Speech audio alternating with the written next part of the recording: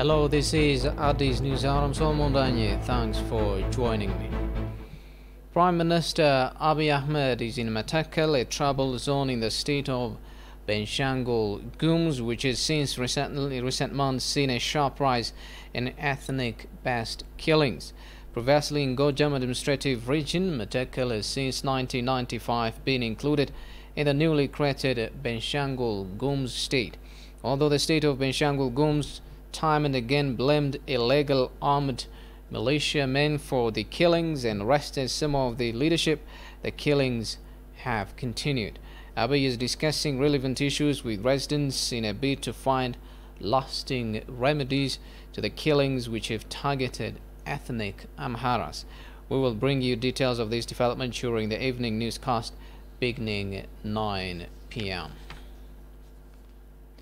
President Sahle-Work says mentorship for students of higher learning institutions helps Ethiopia create gender transformative universities across the country. This came yesterday at the launching ceremony of a mentorship program for female students joining higher learning institutions. Shifara Olago presents the story as follows. Ensuring gender equality in higher education is one of the areas high on the agenda of the Ethiopian government across a spectrum of disciplines. Although the country has been hailed for its gender parity, especially in the ministerial portfolio, the argument is that a lot remains to be done to expand this to other areas.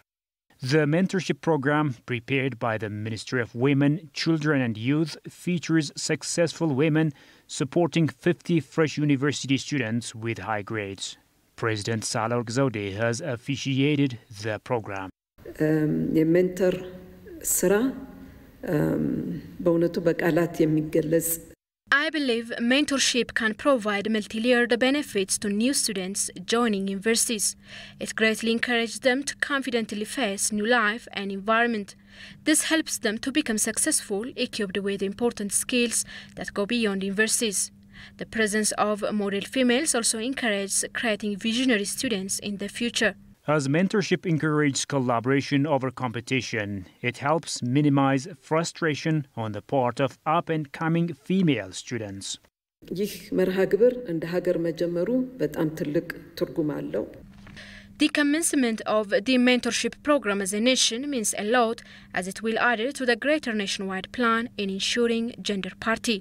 It will also help us shift our attention to senior students in universities.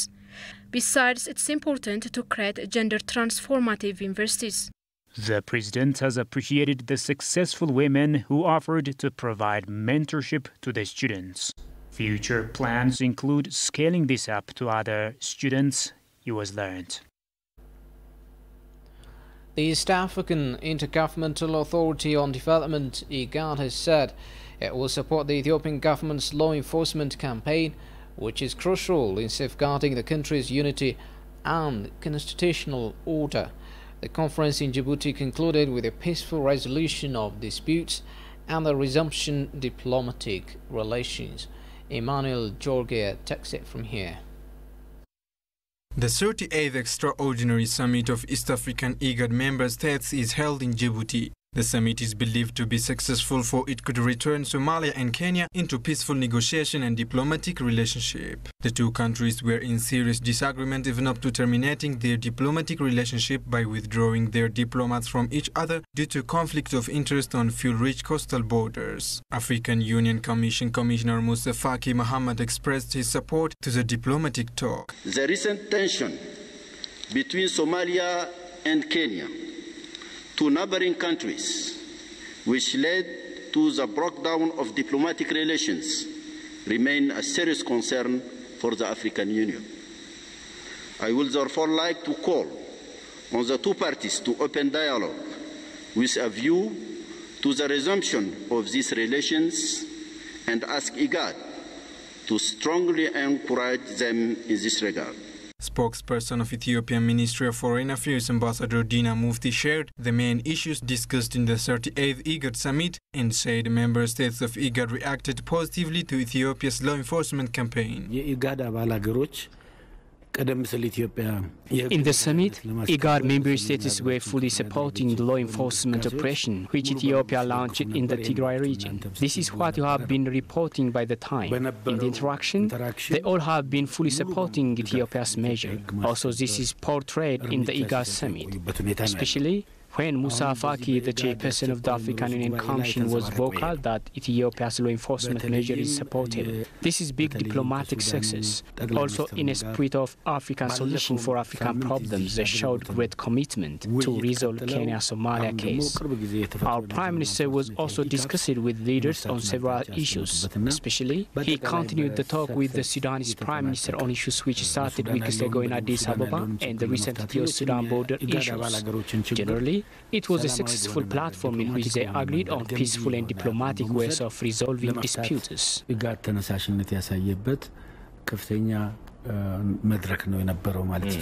The ambassador added that Ethiopia played a key role in resolving the conflict between Kenya and Somalia peacefully. Ethiopia has been working hard focusing on issues of neighboring countries and diplomatic issues. It is very known that we have never been saying normally that our neighbors' issues are interlaced with ours. Even though we Ethiopians are preoccupied with internal affairs, we are showing this much effort to resolve the dispute between Kenya and Sudan, considering the value of our neighbors. This shows that we have continued the existing track record of valuing our neighbors' peace and development. The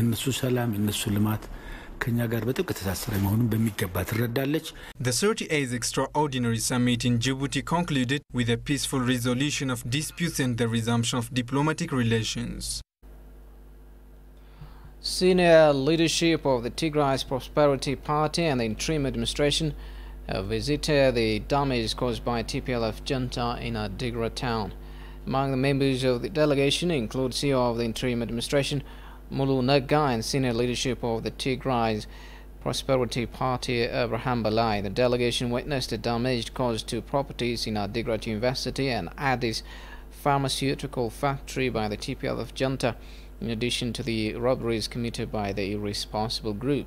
Muluna on the occasion said the TPLF group caused serious damage to infrastructure and public properties in the town in particular and in the Tigray regional state in general.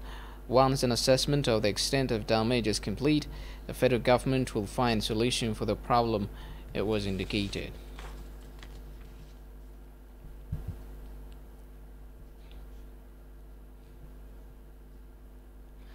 A renowned Ethiopian scholar accused the New York Times of pulling out its long knife against Ethiopia and the Ethiopian people.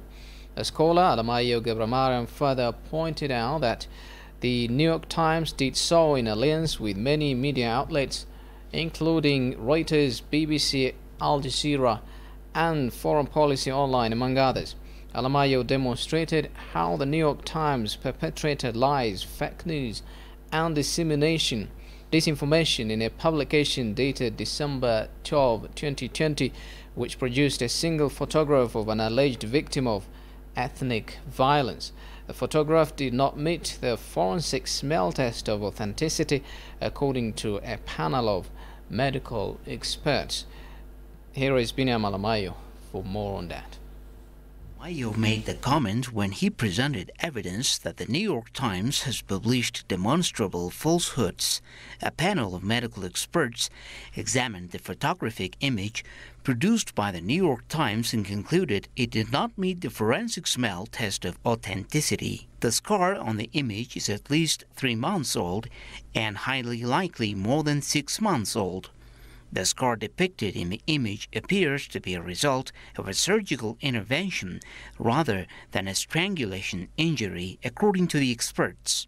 The storyline and the general well-being of the remainder of the skin of the alleged victim contradict one another, the experts further concluded. Alamayo exposed what he called a well-coordinated media assault by the New York Times and other media outlets such as Al Jazeera, which have ganged up on Ethiopia as propagandists for the now-defunct TPLF. The finding by a panel of experts, he said, demonstrates how the New York Times is shamelessly trampling upon journalistic ethics in its endeavor to depict the TPLF as an innocent victim. This, he said, makes the New York Times an enemy of the Ethiopian people and guilty of editorial oversight, was the result of disinformation on Ethiopia.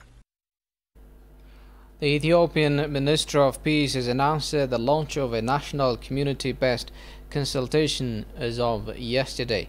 The consultation aims to create common understanding on key issues and to promote national consensus, said the ministry on its official Facebook page.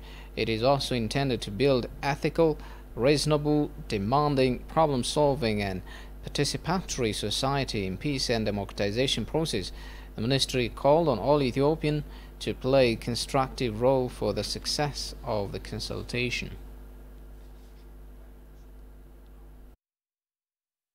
Policy Matters. Policy Matters is a conversation platform which aims to provide reasoned analysis and content to the activities, reforms and policies of the federal government of Ethiopia. I think the Maikadra massacre alone will warrant holding the TPLF leadership as international terrorists, leave alone the 27 years of killings and humiliation and dehumanizing of the Ethiopian people. Coming from the Somali region, where for nearly 10 years the TPLF was committing something close to ethnic cleansing, and knowing the silence of the international community, I was left to wonder what considerations are there for the international communities when it comes to passing moral judgments and political positions on countries.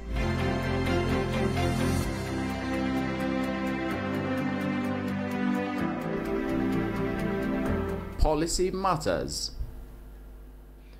The Federal Attorney General Gideon Timotheos said activities are well underway to capacitate the nation's judiciary system with the intention of handling massive cases properly. Approached by the Policy Matters English program, Gideon accused the TPLF of instigating continual conflicts in various parts of the country. Alalat Klemaram presents the story. Raising queries of the Parliament in the recent extraordinary session, Prime Minister Abiy Ahmed has mentioned 113 conflicts that happened in Ethiopia in the last 2 years, orchestrated by TPLF. The 114th incident was the TPLF junta's attack on the Northern Command Defense Force, the Premier added. The TPLF has undoubtedly involved in those conflicts in which Attorney General Gideon Timotheos confirmed the cases. When the change in administration took place about 2.5 years ago, many within the TPLF top brass were not really happy about the transition and the change in administration. It meant that they were losing their privilege, they were losing the dominant position they had, and it seemed that one strategy they designed and tried to implement was days by 1,000 cuts. Right? So you instigate conflicts here and there, you incite communal clashes here and there, and through those mechanisms try to undermine the new administration. The Attorney General said activities are well underway to capacitate the nation's judiciary system with the intention of handling massive cases properly. We are continuously striving to strengthen and enhance our capability. I would say that the fact that we have been able to bring thousands of suspects in relation to these conflicts, to identify, to investigate, identify and apprehend not just a few hundreds, but a couple of thousands of suspects. And the fact that we have been able to process them through the judicial machinery, the fact that they are having their day in court and they are being held accountable, some of them being acquitted, some being convicted, I think that is a testament to the capability of the state. He said the persistent conflicts in Ethiopia have resulted in momentous impacts in the socio-economic and political aspects of the country. The overall political, social, and economic impact of this incident is it's something worth looking into, and I'm very glad that you raised this question. So, to start with the economic impact, in just one of the incidents that has occurred in one of the regional states, the destruction of property has been to the tune of almost 4 billion. So many businesses were burned down, they're ransacked, private property was destroyed, burned down. This is, and you'd have to look into the number of people who are employed and who are their livelihood in these businesses, in these enterprises. The impact this will have on investment and economic activity and enterprise. It has been quite significant. The National Electoral Board of Ethiopia is undertaking preparations for the 6th general election. As part of this move, contesting political parties demanded for further activities to peacefully execute the upcoming general election across the country. Talking to TV, representatives of 3 contesting political parties said collective efforts are essential to make the 6th general election effective and exemplary. Haptamasha Grezmo. Due to COVID-19 pandemic, the Electoral Commission of Ethiopia has postponed the 6th general election last year. After a year, the National Electoral Board of Ethiopia is undertaking preparations to conduct the general election the coming May or July this year. Talking to ETV, contesting political party representatives said further effort is needed to bring peace across the country to undertake the general election across the country. According to politicians, analyzing the existing problems as well as solving these problems are vital to undertake the upcoming general election. With all the odds, with all the problems, with all the issues arising now, I think, and my party thinks that election should be conducted to legitimize the government, to legitimize all the processes in this country. So we think it's good to conduct the election to give things a conclusion, at least for this period. መጀመሪያ ሀገር መረጋጋት አለባት ሀገር ያለችበትን ሁኔታ ኦዲት ማድረግ አለባት First, we have to bring peaceful environment in our country. Further activities are critical to restore peace. We have to create conducive environment to undertake the 6th general election across the country. The election by itself is sensitive. We need further attention to analyze the negative impact of the election. I think it is better to stabilize the nation at all.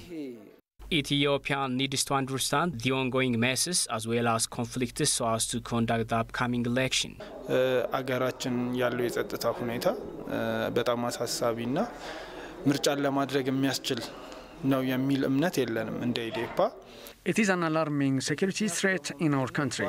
As Ethiopian Democratic Party, we believe Ethiopia is not in the right position to undertake the general election. We also believe that the upcoming election must be modesty from the previous 5 general elections. We have strongly believed that creating conducive environment is critical to undertake the general election. To realize this hard fact, we have to sit and discuss the major problems that we have. ይህን ችግር ለመፍታት ደግሞ በቅድሚያ ችግሮች According to politicians, creating national dialogue on common matters is critical so as to cement national consciousness in Ethiopia. They urge the ruling party needs to take responsibilities to restore peace and stability. The government should take responsibility to bring that peace and stability, to bring the parties, the people together so that there is a kind of national reconciliation, discussion, dialogue, at least to come together to go to the election peacefully in a relatively better manner. That's what I'm saying. We need peace and stability, but it's not going to be 100% or 90%. It can be below that. But still, if we are all together and go for our country first, not for our power, not to win in the election, the primary thing is our country. በቅድሚያ ችግሮቻችንን ለይተን በችግሮቻችን ዙሪያ ተወያይተን ተደራድረን እስከዛሬ ድረስ የነበረውን ደግሞ To solve our problems, we have to identify major problems of the nation so as to negotiate to set new political directions in our country. We believe further activities are vital to create national consensus before the election be conducted. As we all know, election is a cause of political conflicts and damage in many countries. As a result, we have to pay great attention for this concern. ተመካክረን የራሳችን ሀገር ነው ያገር የራሳችን ወንበር ነው ወንበሩ We need to discuss certain issues in our country. This is our country, and we have common chair to administer the people. As a result, we have to settle down things to bring responsible government in our country by creating conducive political climate. In difficult situation, we are ready to take part in the upcoming general election.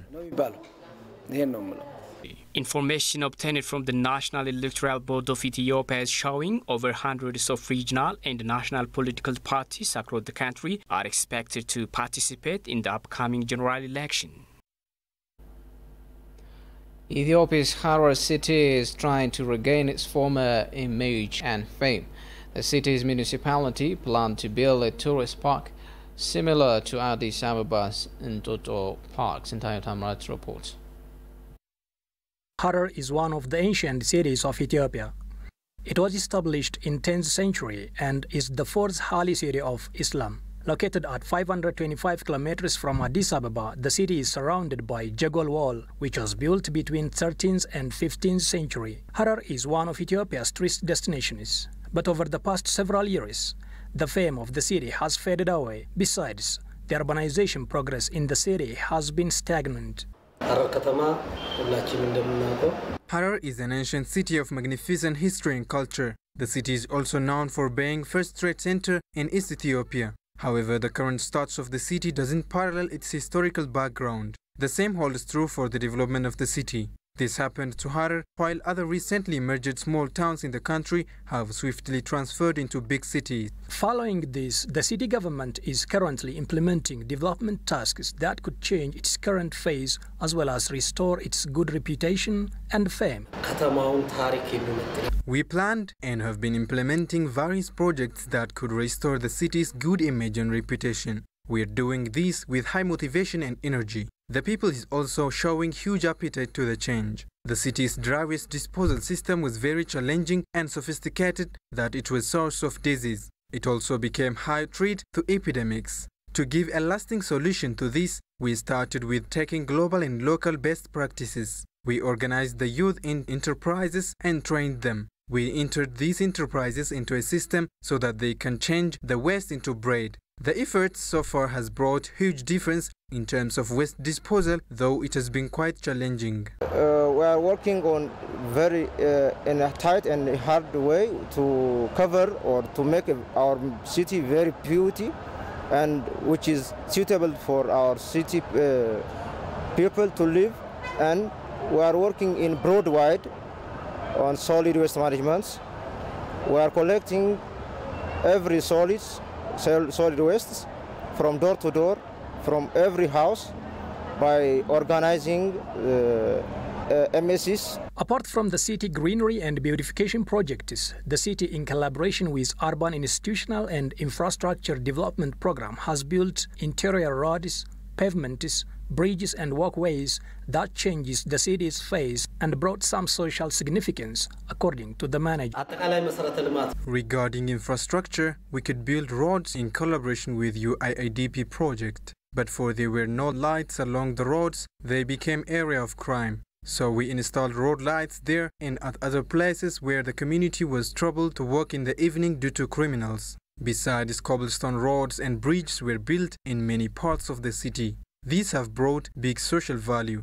The bridges, for example, connect Kabyles, thereby dwindling the distance and travel time. In fact, the areas we built bridges used to be crime and waste disposal areas, which was source of disease. These all are avoided now. The walkways are other features that changed the face of the city. They have become places to do regular exercises and take wedding photos. Through the various projects implemented in a bid to change the image of the city over the previous year, more than 8,000 jobs were created, particularly for the youth. The projects have so far consumed over 34 million birr.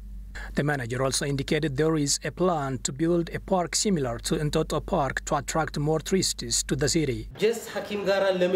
In order to make the city another tourist destination in the country, we planned to build on Mount Hakim a park like Addis Ababa's Entoto Park. By doing so, we could attract more tourists and make them stay for extended days. We already started activities to get the design for the project.